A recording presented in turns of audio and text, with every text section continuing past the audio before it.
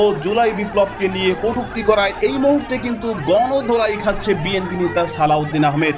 BNP নেতা সালাউদ্দিন আহমেদকে গণধোলাই দিচ্ছে জনগণ মিলে। এদিকে তো বিশাল এক ঘটনা ঘটে গেছে, বিশাল ঘটনা ঘটে গেছে। আপনারা শুনলে অবাক হবেন। সুযোগ বুঝে কোপ মেরেছে, মানে যেটাকে বলে ঝোপ বুঝে কোপ মারা। হামলার শিকার হয়েছেন বিএনপির স্থায়ী কমিটির সদস্য সালাউদ্দিন আহমেদ। জগন্নাথ বিশ্ববিদ্যালয়ের সামনে তার গাড়ি বহরে হামলা ও ভাঙচুর করা হয়। বিএনপির আলোচিত নেতা সালাউদ্দিন আহমেদ জুলাই বিপ্লবকে নিয়ে কটূক্তি করে এবার খোদ জনগণের হাতেই ধোলাই খাচ্ছে বিএনপি নেতা সালাউদ্দিন আহমেদ। একটা প্রবাদ আছে, ওস্তাদের মায়ের শেষ রাইতে। খেলা যে কোন লেভেলে চলতে যাচ্ছে, কোন লেভেলে হবে, এটা আমাদের চিন্তার বাইরে।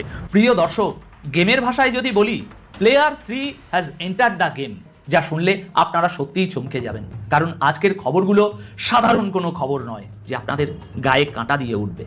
আজকের সবচেয়ে বড় খবরটা শুনুন। বাংলাদেশের একটা ঐতিহাসিক অর্জন হয়েছে। বাংলাদেশের জনগণের মধ্যে খুশির বন্যা।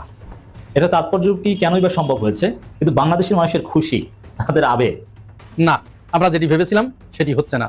আমরা ভেবেছিলাম এই দুটি বিষয় হয়তো সংসদের ভিতরেই সমাধান হবে, কিন্তু এখন দেখছি না, এটি সংসদের ভিতরে আর সমাধান হচ্ছে না, এটি এখন চলে আসছে রাজপথে।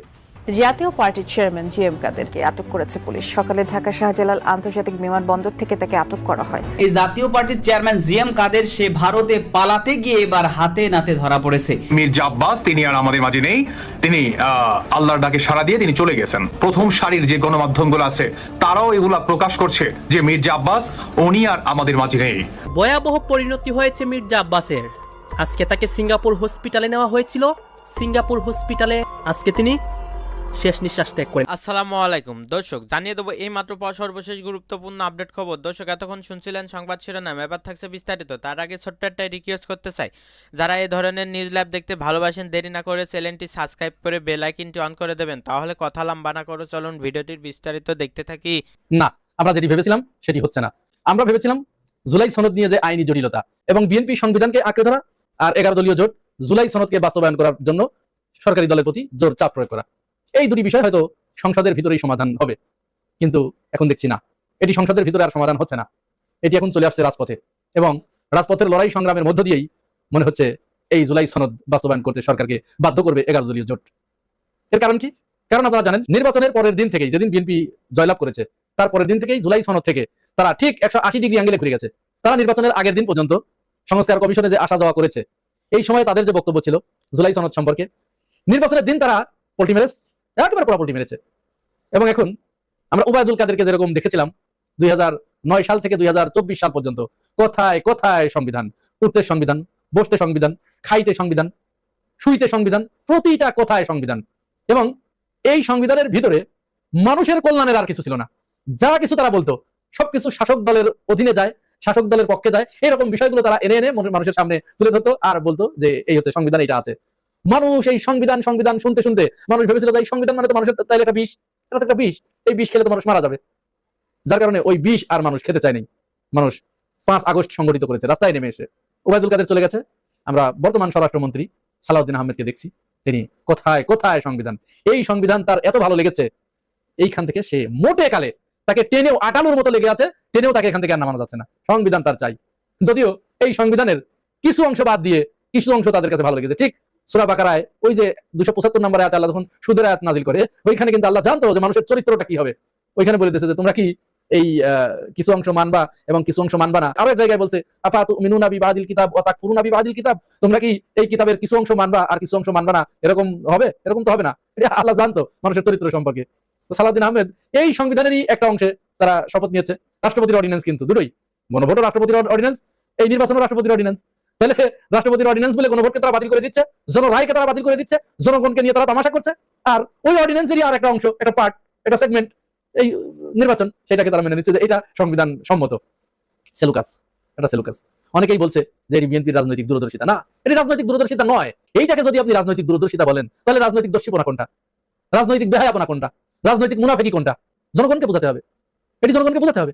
আপনি যদি রাজনৈতিক দূরদর্শিতা এবং রাজনৈতিক বেহায়াপনার ভিতরে, রাজনৈতিক মুনাফিকের ভিতরে পার্থক্য আপনি তৈরি করতে না পারেন, তাহলে জনগণ আপনাকে কি দেখে আপনার পিছনে থাকবে?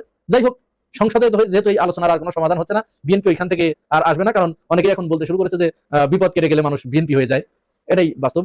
তো 11 দলীয় জোট তারা সাংবাদিক সম্মেলন করে পরিষ্কার করে বলে দিয়েছে যে না, সংসদে যেহেতু আর আলোচনার পরিবেশ নাই, বিরোধী দল বলছে যে আমরা চেয়েছিলাম সংসদের ভিতরে বসে আলোচনা করে আমরা সমাধান করব। যেহেতু নিজেদের মন গড়া ব্যাখ্যা সালাউদ্দিন সাহেব বারবার দিচ্ছে এবং তিনি ওই নড়ে চড়েই খাসকাটা কুমিরের সেই গল্পের মতো, আপনারা জানেন ওই গল্পে আমি এখন যাচ্ছি না, উনি নড়ে চড়েই সেই খাসকাটা কুমিরের গল্পের দিকে চলে যাচ্ছে, সংবিধানের বাইরে যাওয়ার কোনো সুযোগ নাই। এগুলো আমরা বুঝি, সংবিধানের বাইরে আপনি এখন হঠাৎ করে কেন এত সংবিধানের প্রেমে পড়ে গেলেন, এগুলো আমরা বুঝি। কারণ এই সংবিধানে জয়নুল আবেদিন ফারুক বলেছে যে 2032 সালের যে নির্বাচন, এই নির্বাচন তারেক রহমানের অধীনে হবে। অশুভ সংকেত, এটি অশনি সংকেত। শেখ হাসিনা যেরকম সংবিধানের দোহাই দিয়ে, কারণ এই 72 সংবিধান এগুলো আছে জনগণকে তেশ মারার সবকিছু বন্দোবস্ত ওইখানে আছে, যার কারণে ওই সংবিধান থেকে সে বের হতে চায়নি। ওই সংবিধানের ভিতরে থেকেই তো সে স্বৈরাচার হয়েছে, ওই সংবিধান তো স্বৈরাচার তৈরি করেছে। এখন ওই সংবিধান থেকে যদি বিএনপি বেরিয়ে আসে, তাহলে শেখ হাসিনা যা করে গিয়েছে এরা তো এটা করবে।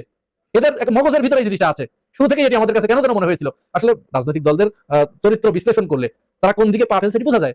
যখনই বিএনপি বারবার এই হঠাৎ করে 72 সংবিধানের প্রেমে পড়ে গেল এবং ওই সংস্কার কমিশনের বিভিন্ন বিষয়গুলো মানতে চাচ্ছিল না, যে জিনিসগুলো বাংলাদেশের মানুষ চায়, সেখানে তারা নোট অফ ডিসেন্ট দিয়ে রেখেছিল, তখনই আমাদের কাছে মনে হচ্ছিল যে এরা সুযোগ পেলে এই সংস্কার মানবে না। তারা ওই হাসিনা যা করে গেছে তার ভিতরেই তারা থাকবে, কারণ প্রতিশোধ নিতে হবে। তাদের ভিতরে একটা বিষয় কাজ করছে, জানে শেখ হাসিনা করে গেছে তখন কিছুই না, আর আমরা এখন ক্ষমতা এসেছি, আমাদের ক্ষেত্রে যত নিয়ম হবে, আমাদের ক্ষেত্রে সবকিছু পরিবর্তন করতে হবে, এটা আমরা মানবো না। এই জিনিস তাদেরকে পেয়ে বসেছে, কারণ তারা তো ক্ষমতায় বসে গেছে। এখন ওই হাসিনার মতো সেনাবাহিনী তাদের, র্যাব তাদের, পুলিশ তাদের, বিজিবি তাদের, আনসার তাদের, আমলা তাদের, সবকিছু তাদের। সুতরাং তারা তখন হাসিনার মতো সীমাহীন ক্ষমতা পেয়ে গেছে। তবে একটা বিষয় কিন্তু মাথায় রাখা দরকার, এই যে গতকাল এই কালশি রোডের মাথায় মিরপুর 11-তে একজন রিক্সা চালক, অটো চালক, এক পুলিশ ইন্সপেক্টর, ট্রাফিক ইন্সপেক্টর, সে তার অটোটা একটু মানে তার মনে মতো হয় না, অটো চালক পুলিশের উপরে যে মায়ের মুখী আচরণ, কেউ তাকে থামাতে পারে না। এক পর্যায়ে জনগণও ওই অটো চালকের পক্ষ হয়ে যাচ্ছিল, কিন্তু অটো চালক যখন অতিরিক্ত করে ফেলেছে, ওই পুলিশ সদস্যের উপরে যখন অতিরিক্ত বাড়াবাড়ি করে ফেলেছে এবং এক পর্যায়ে মারবে ধরে, এই অবস্থা তখন জনগণ অটো চালককে বলছে না তুমি সীমা লঙ্ঘন করছো। তো এই বিষয়টা কিন্তু একটু মাথায় রাখা দরকার। মানুষের ভিতরে শেখ হাসিনাকে তাড়ানোর পরে এই বাংলাদেশের মানুষের কলিজাটা প্রথমে এক কাঁচা ছিল, হাসিনাকে তাড়ানোর সময় ওইটা একটু ফুলে ফেপে হাফ কেজি হয়ে গিয়েছিল, আর হাসিনাকে তাড়ানোর পরে ওইটা এখন 1 কেজি হয়ে গেছে কলিজাটা। সুতরাং এইটা মাথায় রাখতে হবে, জনগণ যেটা চায় সেটা তারা আদায় করে নেওয়া শিখে গেছে। আবেগ দিয়া এইসব রাষ্ট্র চলে না, আইন কানুন দিয়া চলে। উনি আবার সেই সংবিধানকে সামনে নিয়ে আসছে, সংবিধান দিয়েই দেশ চলে, আইন দিয়া দেশ চলে, কানুন দিয়া দেশ চলে, আবেগ দিয়া দেশ চলে না। কোনো আবেগের স্থান নাই উনার কাছে।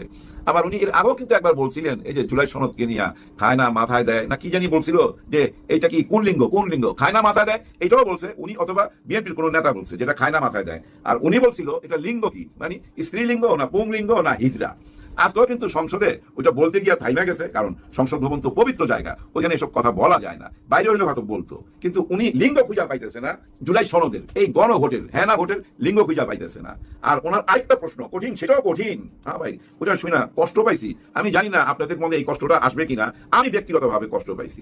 উনি বলছে এই যে প্রায় 70% মানুষ হ্যাঁ ভোট দিছে, এটা বুঝা দিছে কি না বুঝা দিছে। ওনার প্রশ্ন অনেকেই বুঝেই নাই, না বুঝাই নাকি ভোট দিছে। মানুষকে এত বেকুব ভাবলে হয়? উনি আরো প্রশ্ন তুলছে, ওর মধ্যে 4টা ভাগ ছিল, ক খ ঘ, এগুলা মানুষ বুঝে নাই। আচ্ছা ভাই, যদি নাই বুঝা থাকে নির্বাচনের আগে বলতেন যে এটা তো মানুষ বুঝবে না, নির্বাচন দিয়া লাভ নাই, এখন বললে হবে, এখন বললে তো হবে না। আর উনি কথায় কথায় কিন্তু সংবিধানের কথা বলে। আর আমার না ভাইসা উঠে, আমার চোখের সামনে ভাইসা উঠে আপার চেহারা। আপা কিন্তু একই কথা বলতো, সংবিধান সংবিধান, সংবিধানের বাইরে যাওয়া যাবে না, সংবিধানের ভিতরে থাকাই সব কিছু করতে হবে। 5ই আগস্টের ওই 36 দিন যা কিছু হয়েছে ওইটাই সংবিধানের ভিতর দিয়ে হয়েছে। কিছুদিন পর এই কথাই বলা হবে, যা কিছু হয়েছে সংবিধানের ভিতর দিয়া। কিন্তু কথা হয়েছে, আসলে কি এটা সংবিধানের বাইরে কোনো দাবি বা আইন কানুনের বাইরে যে কোনো দাবি জানাচ্ছে? না, একদম না ভাই। এই গণভোট আইন কানুনের ভিতরেই, এই সংবিধানের ভিতরেই আছে। তো এই সংবিধানের ভিতরেই, এই সংবিধানেই লেখা আছে মহামান্য রাষ্ট্রপতি যেসব অধ্যাদেশ দিবে সেগুলো সবই আইন। মহামান্য রাষ্ট্রপতি যেসব অধ্যাদেশ জারি করবে সেগুলাই আইন। উনি যে একসঙ্গে 2টা ভোট দিছে না, হ্যাঁ ভোট না ভোট, আর ওই সংসদীয় ভোট, এইটাই আইন। উনি যে লেখছে, উনি যে আদেশ করছে, এইটাই আইন, এটাই আছে সংবিধানের লেখা। আমার কথা ভুল হলে কেউ চ্যালেঞ্জ করতে পারেন, আমি কিন্তু কোনো বানায় টানায় কথা বলতেছি না। আর সংবিধান এমন কিছু না যেটা কেউ পড়তে পারবে না। আজকাল তো ভাই পড়তে হয় না, গুগলে যা সার্চ করেন পেয়ে যাবেন, জেমিনির জিজ্ঞাসা করেন পেয়ে যাবেন, এআই কাছে জিজ্ঞাসা করেন পেয়ে যাবেন, টোটাল ডিটেইলস আপনি পেয়ে যাবেন। ওই সংবিধানের মধ্যেই আছে মাননীয় রাষ্ট্রপতি যা অধ্যাদেশ জারি করবে সবগুলোই আইন। এই যে হ্যাঁ ভোট না ভোট এবং সংসদীয় ভোটের জন্য যে অধ্যাদেশ জারি করছে সেইটাই আইন হয়ে গেছে ওই সংবিধান অনুযায়ী। অনুযায়ী কেউ যদি ভুল প্রমাণ করতে পারেন সামনে এসে কইরা দেখান। এখন দেখেন সালাউদ্দিন সাহেব বারবার দেখায় ওই আদালতের দিকে দেখায়, আঙ্গুল ইশারা করে। আইনের ব্যাপার এটা, আইন কি বলে আমরাও দেখুনি। আইন কি বলে? আইন কি বলবে? রাষ্ট্রপতির অধ্যাদেশগুলো বেআইনি কাজ ছিল, তাইলে তো ভাই পুরো নির্বাচনটাই বেআইনি হয়ে যায়, বাতিল হয়ে যায়, অবৈধ হয়ে যায়, তাই না ভাই? অনেকে বলতে শুনেন না যে এখনো তো আমাদের দেশের প্রধানমন্ত্রী শেখ হাসিনা, হ্যাঁ মাননীয় প্রধানমন্ত্রী শেখ হাসিনা, অনেকে এমন করেন কিন্তু করে। কারণ কি? ওই সংবিধান। আজকে নাহিদ ইসলাম দাবি করছে যে সংবিধানের মধ্যে তো আছে বঙ্গবন্ধুর ছবি পিছনে থাকতে হবে, দেওয়ালে টাঙ্গায় রাখতে হবে, সরকারি অফিসে, এম্বাসিতে এবং পৃথিবীর যেখানে যেখানে বাংলাদেশের রাষ্ট্রদূত আছে তাদের অফিসে টাঙ্গায় রাখতে হবে কার ছবি? বঙ্গবন্ধু শেখ মুজিবুর রহমানের ছবি। ওইটাই সংবিধানে আছে, তাহলে সেটা কেন রাখতেছেন না? সংবিধান মানি আবার মানি না, এইটুক মানুম না। ওই যে গোলাম পারওয়ার সাহেব যেভাবে বলছেন না, সুন্দর একটা উদাহরণ দিছে। বাচ্চা ওষুধ খাইতে চায় না, বাচ্চার জ্বর, কিন্তু ওষুধ খাবে না। মার মাথায় বুদ্ধি যাচ্ছে, আচ্ছা তাহলে খাওয়াইতাছি, কেমনি খাস না তুই দেখানো। একটু পরে মা রসগোল্লা নিয়ে আইছে, বাবা রসগোল্লা খাইবা? হ্যাঁ মা খামু। মা দিছে, খাইতেছে। মা রান্না ঘরে গেছে, একটু পর আইছে, জিজ্ঞাসা করছে খাইছ? হ্যাঁ মা খাইছি, বিচিটা ফালাইয়া দিছি। বুঝছেন ব্যাপারটা? মা ওই ট্যাবলেটটাকে রসগোল্লার ভিতরে ঢুকাইয়া দিছিল, ভাবছিল পোলায় খায়া ফেলাইবো, কিন্তু পোলায় তো বিচিটা ফালাইয়া রসগোল্লা খাইছে। তার মানে কি রসগোল্লাটা খাইবেন, বিচিটা ফালাইয়া দিবেন? মির্জা আব্বাস তিনি আর আমাদের মাঝে নেই, তিনি আল্লাহর ডাকে সাড়া দিয়ে তিনি চলে গেছেন। এখন চারোদিকেই এটা ছড়িয়ে ছিটে যাচ্ছে। তবে কথা হচ্ছে বাংলাদেশের বেশ কিছু গণমাধ্যম আপনার কি বলে একদম প্রথম সারির যে গণমাধ্যমগুলো আছে তারাও এগুলা প্রকাশ করছে যে মির্জা আব্বাস উনি আর আমাদের মাঝে নেই। বাস্তবতা কি? তিনি কি আসলেই আল্লাহর ডাকে সাড়া দিয়ে চলে গেছেন আমাদের ছেড়ে, নাকি তিনি এখন পর্যন্ত জীবিত আছে? বা তিনি চলে গেলেই বা তাকে সিঙ্গাপুর কেন নিয়ে যাচ্ছে, যেহেতু উনি মারা গেছেন? আপনারা সংবাদ মাধ্যমে শুনলেন, বাংলাদেশের মিডিয়াগুলা প্রকাশ করছে বা দাবি জানাচ্ছে বিএনপির ভেরিফাইড ফেসবুক থেকে নাকি এগুলা প্রকাশ করা হচ্ছে। অন্তত আমি তদন্ত করে বা ঘাটাঘাটি করে এই ধরনের কোনো কিছু পাইনি। তবে কথা হচ্ছে বাংলাদেশের গণমাধ্যমগুলো এগুলা প্রকাশ করছে। কিছু মানুষের আকার ইঙ্গিত যাচ্ছে যে হয়তোবা মির্জা আব্বাস উনি আর আমাদের মাঝে নেই। আচ্ছা, তিনি এবার কেয়ার হসপিটালে আছেন। অনেক আগে, মানে 2 দিন আগে শুনেছি ওনার মাথায় নাকি অস্ত্রোপচার করা হবে। আবার শুনলাম ওনাকে নাকি গতকালকে সিঙ্গাপুর নিয়ে গেল। আবার শুনলাম এটা, আবার শুনলাম সেটা। আপনাদের হয়তো অনেকের মনে নাই, দর্শক বন্ধুরা ভিডিওটি খুবই গুরুত্বপূর্ণ, একটু মনোযোগ সহকারে শুনবেন। হয়তো আপনাদের অনেকের মনে নেই যে আমাদের বাংলাদেশের সাবেক প্রধানমন্ত্রী খালেদা জিয়া, ওনার সময়কালীন কিন্তু ঠিক এই ধরনের ঘটনা কিন্তু ঘটেছে। কাজেই আমরা খুব পরিচিত কিন্তু এই যে আপনার সিঙ্গাপুর নিয়ে গেল, সিঙ্গাপুর আইলো বা গেল না, আপনার কি বলে যান্ত্রিক ত্রুটি দেখা দিয়েছে আপনার বিমান, আপনার অ্যাম্বুলেন্সে কি বলে সমস্যা হয়েছে, তাই না? এই ধরনের অনেক বার্তা কিন্তু আমরা দেখেছি। মির্জা আব্বাসের বালাই কি আসলে সেগুলাই ঘটছে নাকি? ঢাকা 8 আসন নিয়ে এত প্রতিযোগিতা নাসিরউদ্দিন পাটোয়ারির জামাত শিবিরদের, কোনোভাবে যাতে জামাত শিবিরের আপনার হাতে ঢাকার 8 আসন চলে না যায়, কোনোভাবে এই ধরনের আসলে পায়তারা বা লক্ষ্য বা উদ্দেশ্য কি বিএনপির হাইকমান্ডের আছে? কিংবা মির্জা আব্বাস উনি যদি মারা গিয়েই থাকেন, ধরেন বিএনপির হাই কমান্ড থেকে যতক্ষণ না পর্যন্ত একটা বোর্ড মিটিং না বসবে যে মির্জা আব্বাস ভাই যেহেতু আর নেই, ওনার এগেনস্টে আমরা শক্ত একজন প্রতিনিধি সেখানে দাঁড় করাবো আমাদের দলীয় থেকে, সেই মানুষটা কে হতে পারে, সেই যোগ্য প্রার্থীটা অ্যাকচুয়ালি কে হতে পারে, কাকে আমরা সেখানে অবস্থান করতে পারি, বা কে আমাদের সেই শক্তিটা ধরে রাখবে। প্রিয় দেশবাসী, আপনারা যে যেখান থেকে ভিডিওটি শুরু থেকে শেষ নামাতে দেখেছেন, আপনাদের সকলকে অসংখ্য ধন্যবাদ জানাই। জানি আপনাদের ভিডিও হয়তো বা খারাপ লেগেছে অথবা ভালো লেগেছে। যদি ভালো লেগে থাকে কমেন্ট বক্সে জানিয়ে যেতে ভুলবেন না। যদি খারাপ লেগে থাকে তবুও জানিয়ে যাবেন। আপনি কোন জায়গা থেকে আমাদের চ্যানেলের সাথে যুক্ত ছিলেন একটু জানিয়ে যাবেন। তো দর্শক সকলে ভালো থাকবেন, সুস্থ থাকবেন। দেখা হবে পরবর্তী দেশের কোনো আপডেট খবর অথবা নিউজ নিয়ে। আসসালামু আলাইকুম।